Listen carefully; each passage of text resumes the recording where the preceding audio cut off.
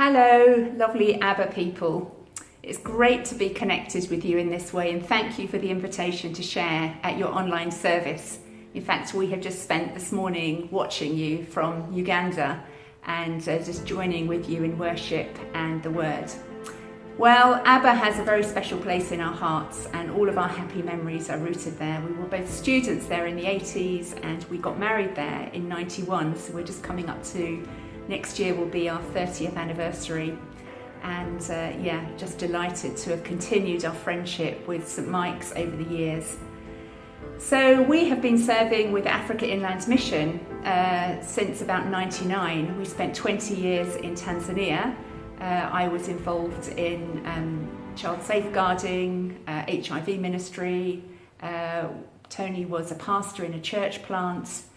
Was setting up the Institute of Bible and Ministry, theological training for pastors, and so on. And we had a wonderful, wonderful ministry there. But the Lord moved us on, and last year we moved over here to Uganda.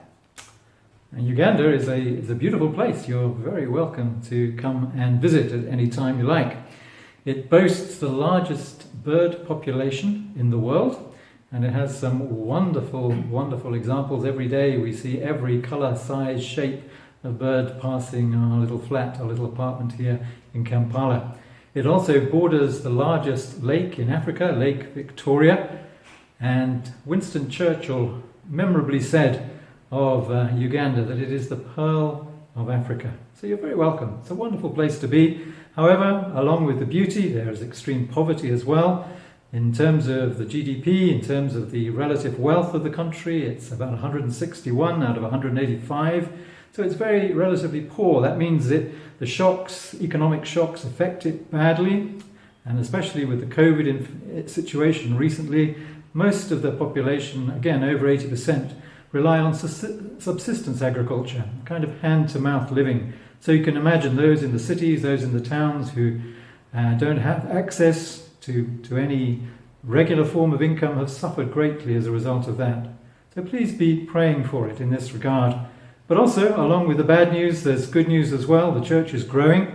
There's over 80%, again, it seems to be a regular feature, a regular figure. 80% of the population would call themselves Christian.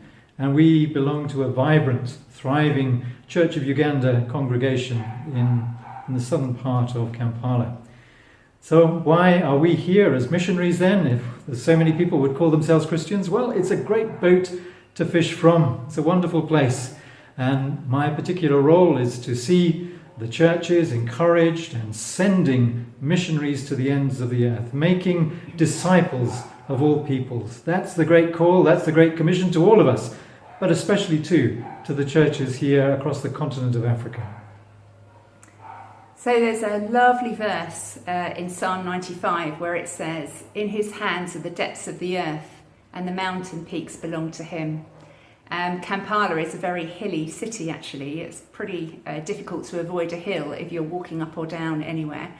And it often reminds me of Aberystwyth as well, and the many times that I used to sit up on top of Consti and look down across the bay and pray for the town and pray for the world and pray for this continent of Africa that we had so looked forward to coming to.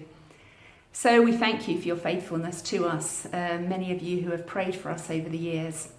And so as we continue to pray now, we would just covet your prayers in these different areas. Please pray that this country of Uganda would continue to be protected from the brunt of this virus, this pandemic that has had such a devastating impact in rich countries. It would be horrendous, really, for these weak economies and weak healthcare systems to have to suffer in the way that we have seen other countries endure such death and hardship and loss.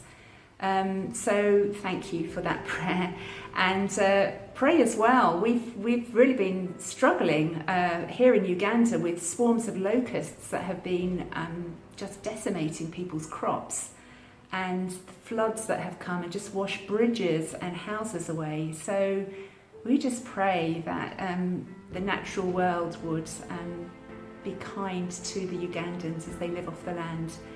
And please pray for the church to awaken to its call to the Great Commission.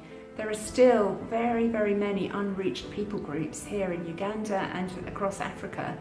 And we would just love to see the African church sending its own missionaries cross-culturally to reach these people. It'd be so much easier for them to do it, so much cheaper, be so much more effective. And the days are gone where it was the West to the rest. And as we all know, we ourselves in the UK really need the gospel ourselves. So pray for Uganda, pray for the church, and pray for us as we continue to try and be faithful here with what the Lord has entrusted to us. Thank you so much for praying. Thank you for listening. Yeah, we look forward to seeing you.